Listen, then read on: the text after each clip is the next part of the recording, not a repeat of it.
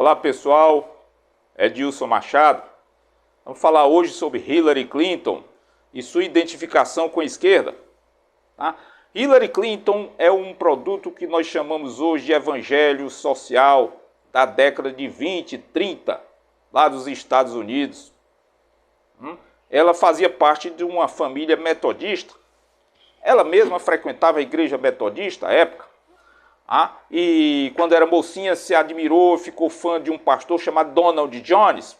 Donald Jones, ele saiu da igreja porque seus discursos eram muito políticos à época.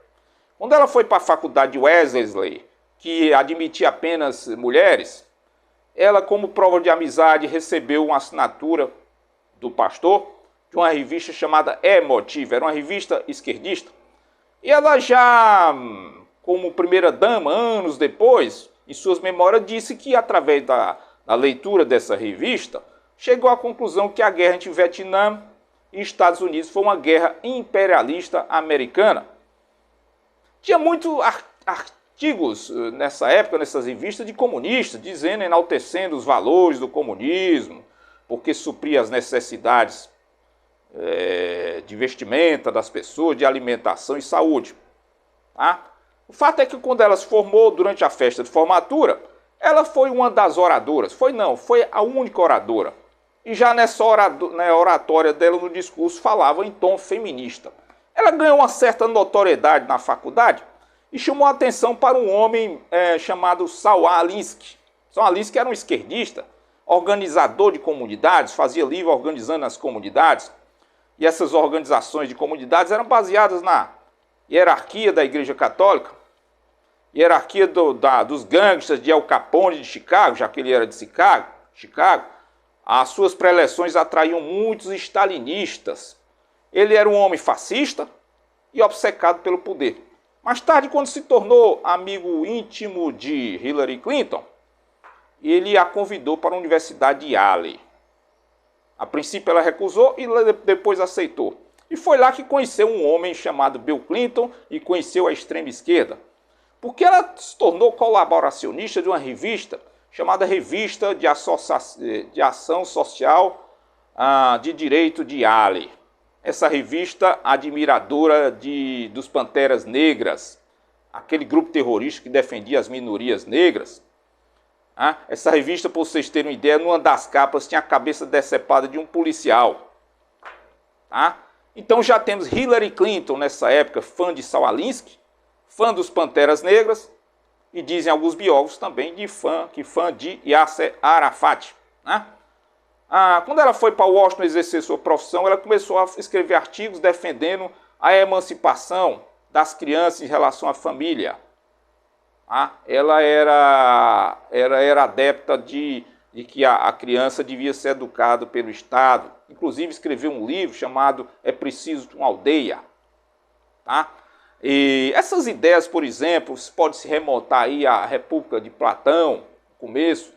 Depois essas ideias passaram aí pela cabeça de homens como Robespierre, na Revolução Francesa, que através aí do Evangelho de Jean-Jacques Rousseau, dizem que ele tinha um contrato social debaixo do travesseiro dele, para ler todas as noites.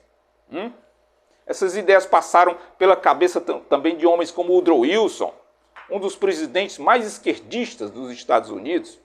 Passaram pela cabeça de nomes como Adolf Hitler, que uma vez tomando poder, olhou para um assessor e disse: crianças, não se preocupe, ela já nos pertence.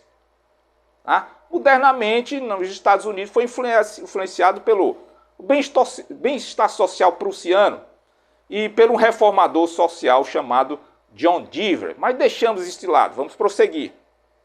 Mais ou menos em 1993, Hillary Clinton fez um discurso numa faculdade sobre seu livro É Preciso de uma Aldeia. E lá ela falou de uma política de significado. O que seria essa política de significado? Seria outra alternativa, uma terceira via. Nem capitalismo, nem comunismo. Ela queria forjar uma sociedade, um novo homem que não fosse nenhum dos dois. Só dando uma parada aí um pouquinho. Adolf Hitler também queria isso.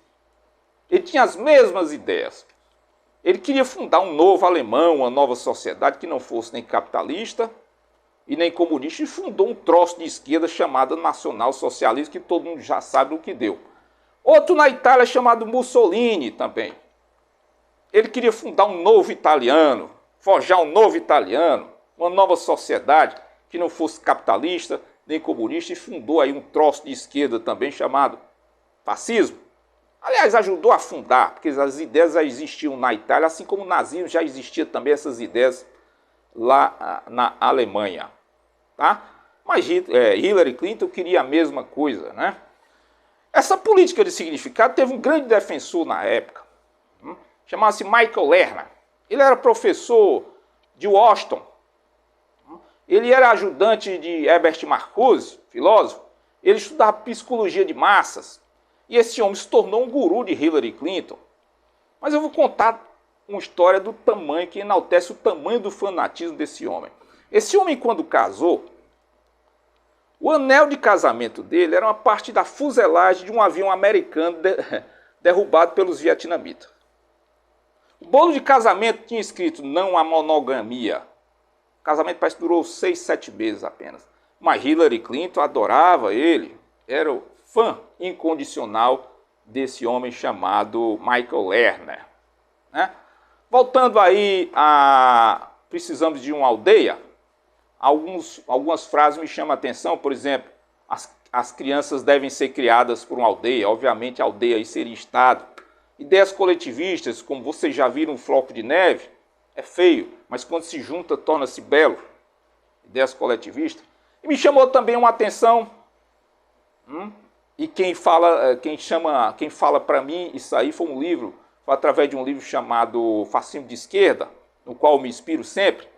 Foi uma das frases que ela falou, enaltecendo a genialidade de uma criança de 5 anos, dizendo que os maiores teólogos que ela conheceu foram crianças de 5 anos. Ora, ao enaltecer uma criança de 5 anos, tornando-a adulto, ela ao mesmo tempo está infantilizando o adulto.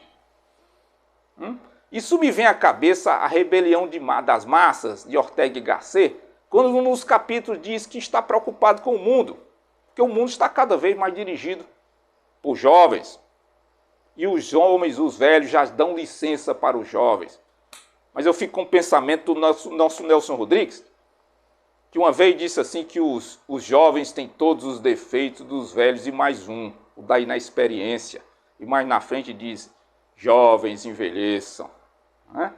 Voltando a Hillary Clinton, ela queria um mundo distópico, uma distopia do mundo.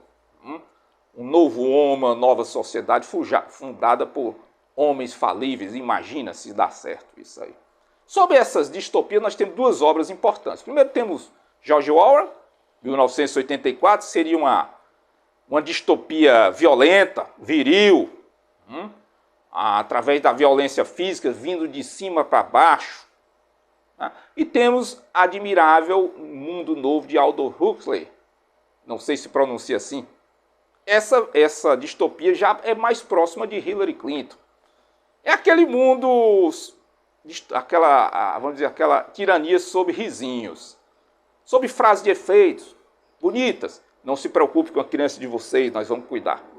Não se preocupem com a vida de vocês. Nós vamos dar assistência social, vamos dar saúde, vamos dar educação. Mas, por favor, não tenham liberdade individual.